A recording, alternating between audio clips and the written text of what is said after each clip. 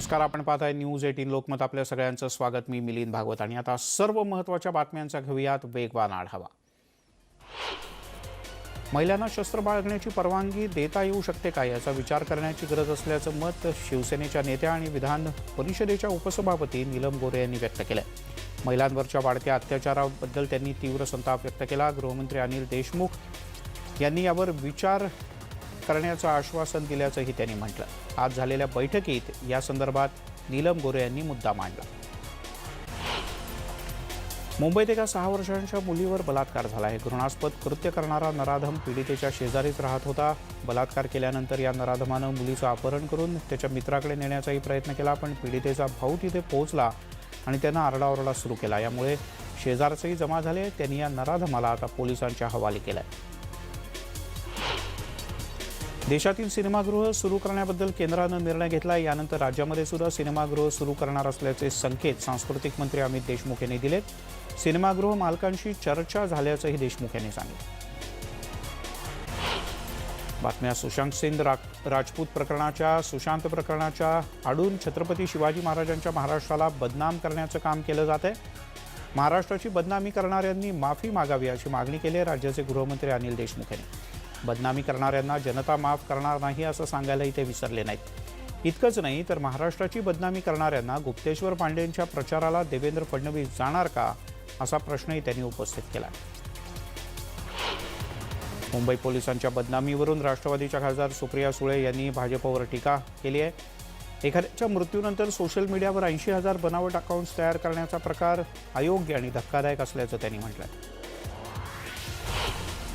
राज्याचे परिवहन मंत्री आणि शिवसेनेचे नेते अनिल परब यांनी सुशांत मृत्यू प्रकरणावरून राज्य सरकारवर होत असलेल्या टीकेला प्रत्युत्तर दिलंय.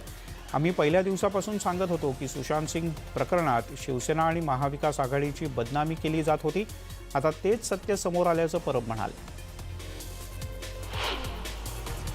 बिहार निवडणूक डोळ्यासमोर ठेवून केलेलं हे सगळं राजकीय षडयंत्र असल्याचंही अनिल परब यांनी म्हटलं. इतकंच नाही तर सुशांतच्या प्रेमापोटी नाही तर राजपूतांची मतं बिहारमध्ये मिळवण्यासाठी हे सर्व केलं गेलं असल्याचा आरोपही परब यांनी केला.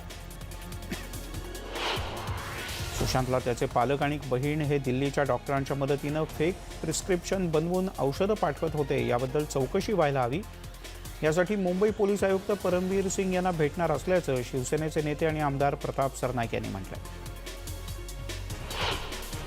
विधान परिषदेतले विरोधी पक्षनेते प्रवीण दरेकर यांनी राज्याच्या गृहमंत्र्यांवर जहरी टीका केली. अनिल देशमुख हे राज्याचे गृहमंत्री आहेत का एका पक्षाचे प्रवक्ते असा प्रश्न दरेकर यांनी केला. अजून बाळंतिणीला बाळ झालं नाही, पण बाळ व्हायच्या आधीच नाव ठेवण्याची घाई कशाला असा सवालही त्यांनी उपस्थित केला. विरोधी पक्षनेते प्रवीण दरेकर यांनी मुंबई पोलिसांवरून सुरू असलेल्या आरोप प्रत्यारोपांना पत्रकार परिषदेतून उत्तर दिलं. मुंबई पोलीस हे काही एका पक्षाचे नाहीत. मुंबई पोलिसांच्या बदनामीची आम्हालाही काळजी आहे असं दरेकर म्हणाले. दरम्यान महाराष्ट्रातील कायदा सुव्यवस्था बिघडली आहे, यावर लक्ष द्या असं सांगायलाही ते विसरले नाही. विरोधी पक्षनेते प्रवीण दरेकर यांनी अब्दुल सत्तार यांच्या विधानाप्रकरणी चौकशीची मागणी केली आहे. मराठा आरक्षणाविषयी प्रश्न विचारणाऱ्या एका तरुणाला अब्दुल सत्तार यांनी घरात घुसून मारेन असा दम दिला असा दावा दरेकर यांनी केला आहे. दरम्यान या प्रकरणाची चौकशी करून अब्दुल सत्तार यांच्यावर गुन्हा दाखल करा अशी मागणी त्यांनी केली आहे. अनिल देशमुख हे आतापर्यंतचे सर्वात बेजबाबदार आणि राजकीय गृहमंत्री असल्याची टीका भाजपचे नेते आणि आमदार अतुल भातखळकर यांनी केली. तसंच फडणवीस आणि भाजप कुठल्याही चौकशीला सामोरं जाण्यासाठी तयार असल्याचं त्यांनी म्हटलंय. यापूर्वी फोन टॅपिंगची चौकशी करू असं जाहीर करणाऱ्या गृहमंत्र्यांनी त्या चौकशीचं काय झालं ते आधी स्पष्ट करावं असंही भातखळकर म्हणाले. अभिनेता सुशांत सिंह राजपूत मृत्यू प्रकरण असो किंवा अन्य कोणतेही प्रकरण असो, भाजपची प्रतिमा अजिबात खराब झालेली नाही असं म्हटलंय भाजपचे नेते आणि केंद्रीय मंत्री रावसाहेब दानवे. केंद्रीय मंत्री रावसाहेब दानवे यांनी ठाकरे सरकारवर जोरदार हल्ला चढवला. राज्यामध्ये अमर अकबर अँथनी सरकार आहे अशा शब्दात त्यांनी सरकारवर ताशेरे ओढलेत. आम्हाला हे सरकार पाडायचं नाही, स्वकर्तृत्वानं पडलं तर त्याला आम्ही काय करणार असंही दानवे म्हणाले. ते पुण्यातल्या एका पत्रकार परिषदेत बोलत होते.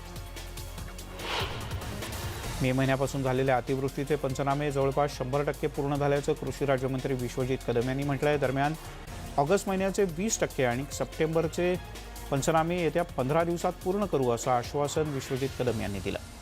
अतिवृष्टीमुळे जवळपास 10 ते 12 कोटी रुपये पर्यंतचं पिकाचं नुकसान झाल्याचा प्राथमिक अंदाज असून लवकरात लवकर कृषी खात्याच्या माध्यमातून शेतकऱ्यांना मदत देऊ असं त्यांनी म्हटलंय. ते नंदुरबार जिल्ह्याच्या दौऱ्यावर होते.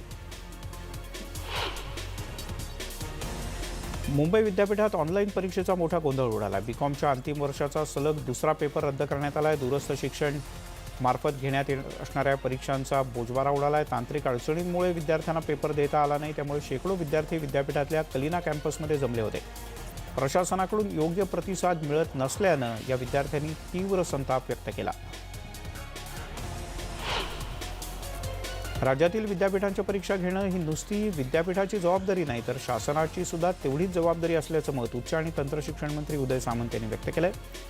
कोणीतरी तांत्रिक अडचणी निर्माण करत असल्याचा गंभीर आरोपही त्यांनी केला. गडचिरोलीमध्ये गोंडवाना विद्यापीठातील ऑनलाईन परीक्षेचा फज्जा उडाल्याची बातमी न्यूज 18 लोकमतनं लावून धरली. याची गंभीर दखल उच्च आणि तंत्रशिक्षण मंत्री उदय सामंत यांनी घेतली आहे. गडचिरोली जिल्ह्यामध्ये ऑफलाईन सेंटर उभारणार असल्याचं सामंत यांनी ताबडतोब सांगितलं.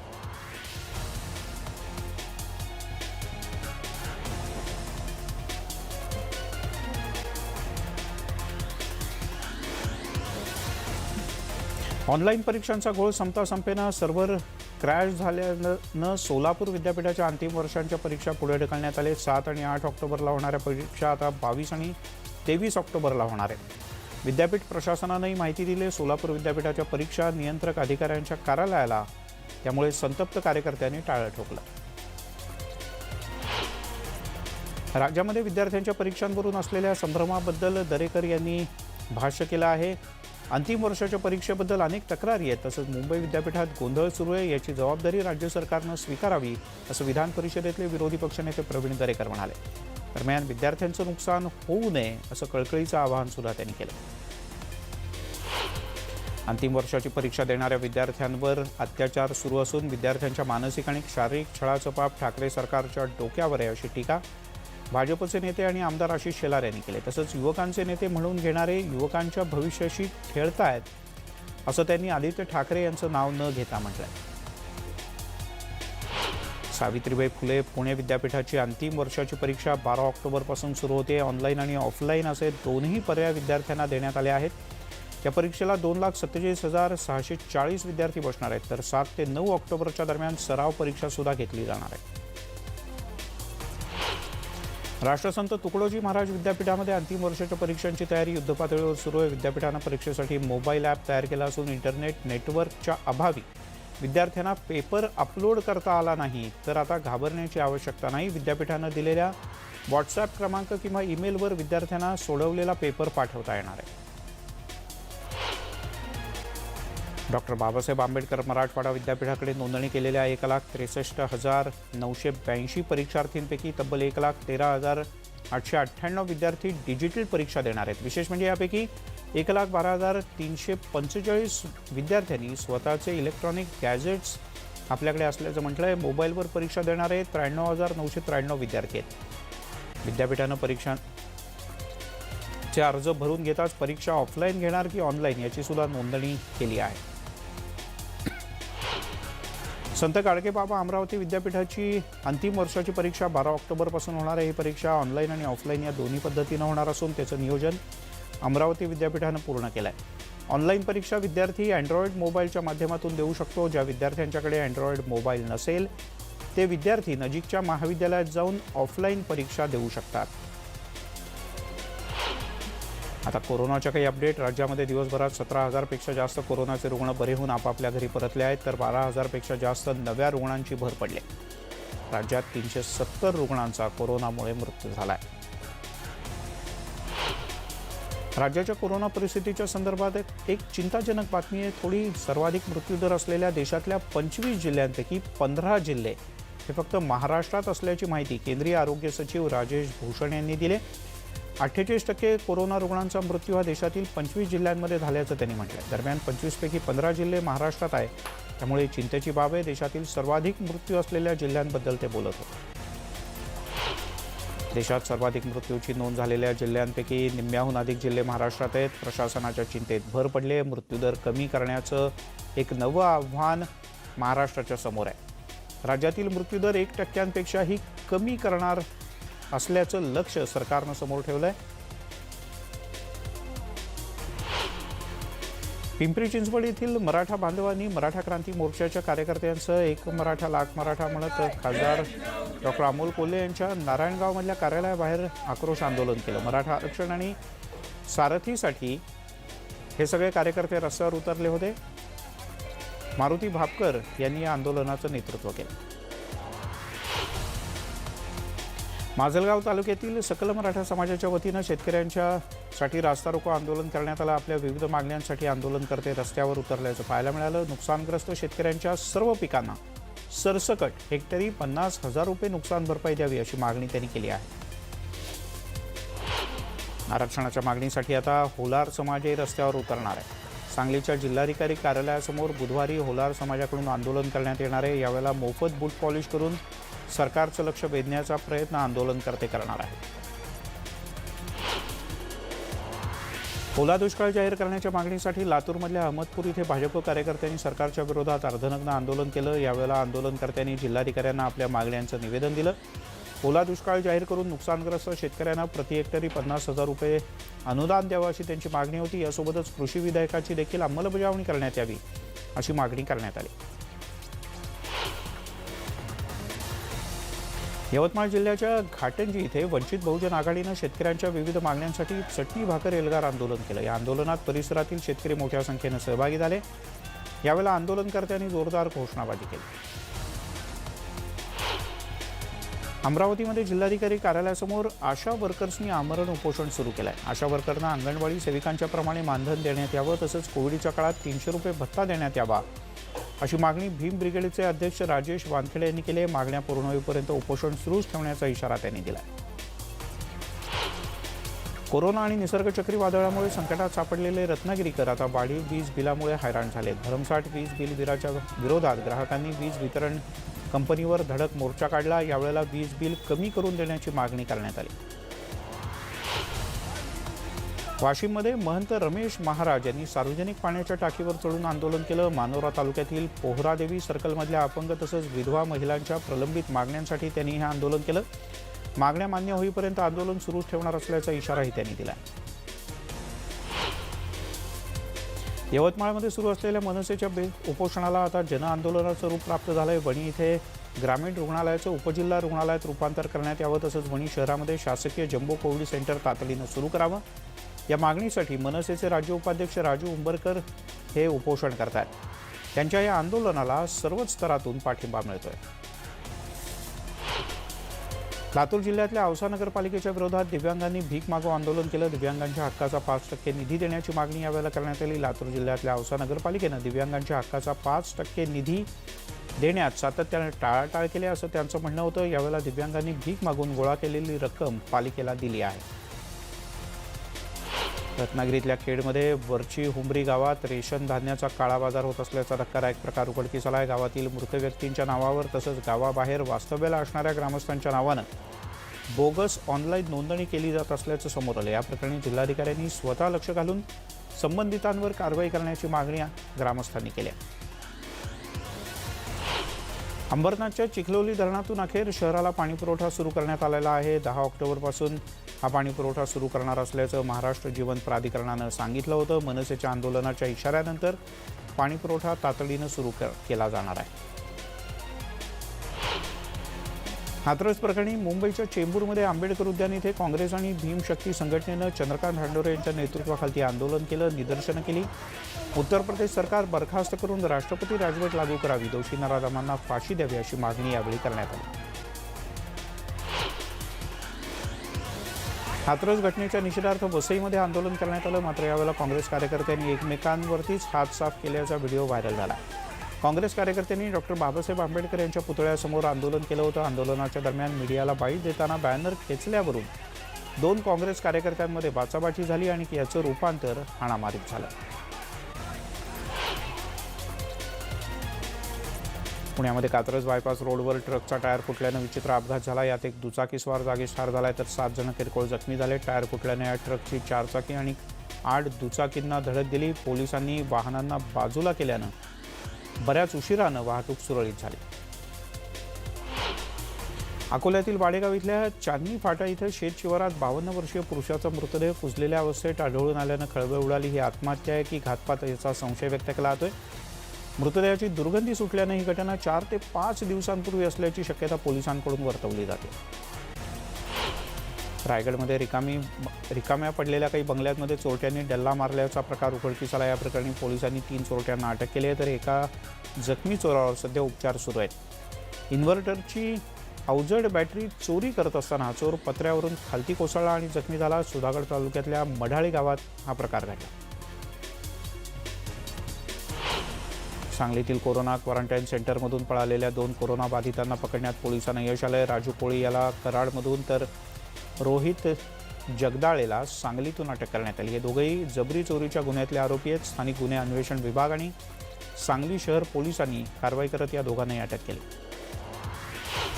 अमरावती विद्यापीठाशेजारी असलेल्या नाल्याजवळच्या भिंतीवर बिबट्याचा मुक्तसंचार करतानाचा व्हिडिओ सध्या व्हायरल झाला आहे. विद्यापीठाच्या मागच्या बाजूस असलेल्या जंगलामध्ये पाणी पिण्याकरता हा बिबट्या आला असावा असा अंदाज व्यक्त केला जातोय. संध्याकाळी इथे फिरायला आलेल्या नागरिकांनी खबरदारीचा उपाय म्हणून आपल्याजवळ फोन ठेवावे, टॉर्च ठेवावे आणि काठीही ठेवावी असं आवाहन वन विभागानं केलं आहे. छत्रपुरातील राजुरा तालुक्यामध्ये पुन्हा एकदा वाघाची दहशत पसरली. मारुती पेंदारे यांच्या वाघाच्या हल्ल्यात मृत्यू झाला आहे. खांबाला जंगलामध्ये गुरं चरण्यासाठी ते गेले असता त्यांच्यावर वाघानं हल्ला केला. वाघानं त्यांना 60% खाल्लं. आतापर्यंत वाघाच्या हल्ल्यात 8 बळी गेल्यानं वन विभागाच्या वाघ पकडण्याच्या मोहिमेबद्दल प्रश्नचिन्ह उपस्थित झालंय. भिवंडीतल्या आदर्श पार्क, नाना नानी पार्क सुरू करण्याची मागणी स्थानिकांनी केली. पार्क बंद असल्यानं नागरिकांना रस्त्यावरतीच मॉर्निंग वॉक आणि व्यायाम करावे लागत आहेत. रस्त्यावर वाहनांची प्रचंड संख्या असल्यानं अपघात होण्याची शक्यता आहे. त्यामुळे नागरिकांनी सह्यांची मोहीम हाती घेतली आणि बागा आणि उद्यानं उघडण्याची मागणी महापौर प्रतिभा पाटील आणि मनपा आयुक्त डॉक्टर पंकज आशिया यांच्याकडे केली आहे. करवीर निवासिनी अंबाबाईचा यंदाचा नवरात्रोत्सव साधेपणानं होणार असून त्र्यंबोली यात्रा आणि अंबाबाईची नगर प्रदक्षिणा ही मोजक्याच लोकांच्या उपस्थितीत पार पडणार आहे. दसरा चौकातील ऐतिहासिक शाही दसरा सोहळ्याला परवानगी मिळालेली नाही. शाही दसऱ्याबद्दल लवकरच श्रीमंत शाहू छत्रपती महाराजांशी चर्चा करणार असल्याचं जिल्हाधिकारी दौलत देसाई यांनी म्हटलं. लॉकडाऊनमुळे बंद असलेली कोल्हापूर मुंबई विमानसेवा येत्या 27 तारखेपासून सुरू करण्यात येणार आहे. यामुळे विमान प्रवाशांना मोठा दिलासा मिळणार आहे. मंगळवार, गुरुवार आणि शनिवार अशा 3 दिवशी ही विमानसेवा असेल. सध्या कोल्हापूरमधून तिरुपती, हैदराबाद आणि बंगलोर या शहरांसाठी विमानसेवा सुरू आहे. स्पीड न्यूजमध्ये घेऊया एक छोटासा ब्रेक, लगेचच परत येतोय.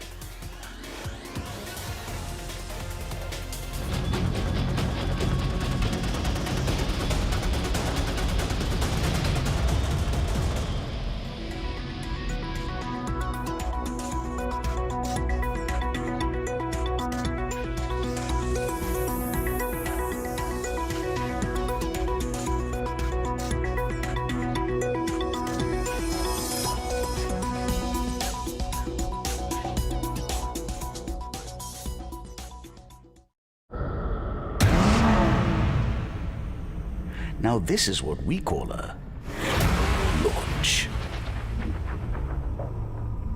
The all-new Thar. Bookings open. डास केवळ अभ्यासातून लक्ष विचलित करत नाहीत, डेंग्यू, मलेरिया सुद्धा पसरवतात. पूर्ण दिवस लावणार का? काका ते 2 मिनिटात उत्तर हवंय मला. डासांना घाबरायचं नाही, फक्त गुड नाईट फास्ट कार्ड जाळायचं. ह्याचे TFT डॉट्स करतात डेंग्यू मलेरियाच्या डासांना फटक्यात फुर. काका हा, झालं, इतक्या लवकर? फटक्यात झालं. Good night fast card.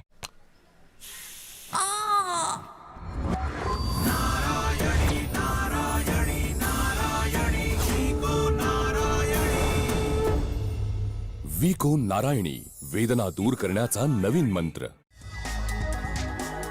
महाराष्ट्राचा पॉवरफुल बॅटरी ब्रँड ऑटोबॅट आता 5 वर्षाच्या वॉरंटीसह Autobat UPS inverter batteries. VIP hair colour शॅम्पूला ओल्या हातांवर घेऊन पांढऱ्या केसांवर फक्त 15 मिनिटं मसाज करून धुवून टाकू शकता. हा तुमच्या केसांनाच कलर करेल. VIP hair colour shampoo. पक्का. सुरांच्या बाबत खूपच कच्चा आहे, पण मुलगा चांगला आहे. जे तुम्हाला आणि कुटुंबालाही पसंत आहेत. जीवनसाथी.com.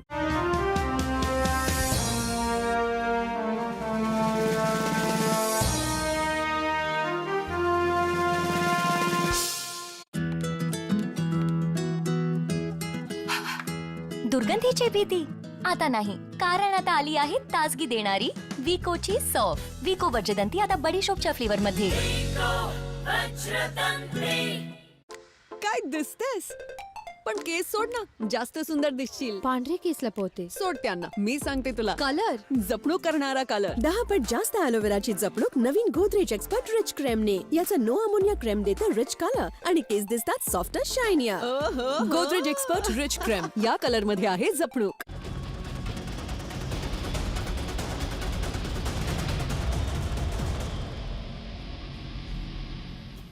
आपण पाहताय न्यूज 18 लोकमत आणि आता अन्य काही महत्त्वाच्या बातम्यांचा घेऊयात वेगवान आढावा. काँग्रेसचे नेते राहुल गांधी यांची किसान यात्रा हरियाणाच्या बॉर्डरवर रोखून धरण्यात आले. जोपर्यंत हरियाणामध्ये प्रवेश मिळणार नाही तोपर्यंत ही यात्रा इथेच थांबून ठेवण्याचा निर्णय राहुल गांधी यांनी घेतला आहे. काँग्रेसचे नेते राहुल गांधी यांनी हरियाणाच्या नूरपूर इथल्या जाहीर सभेत बोलताना पंतप्रधान नरेंद्र मोदी आणि केंद्र सरकारवर सडकून टीका केली. देशात शेतकऱ्यांच्या विरोधातली विधेयकं मंजूर करताना उद्योगपतींचा विचारच करण्यात आला असं राहुल गांधी म्हणाले.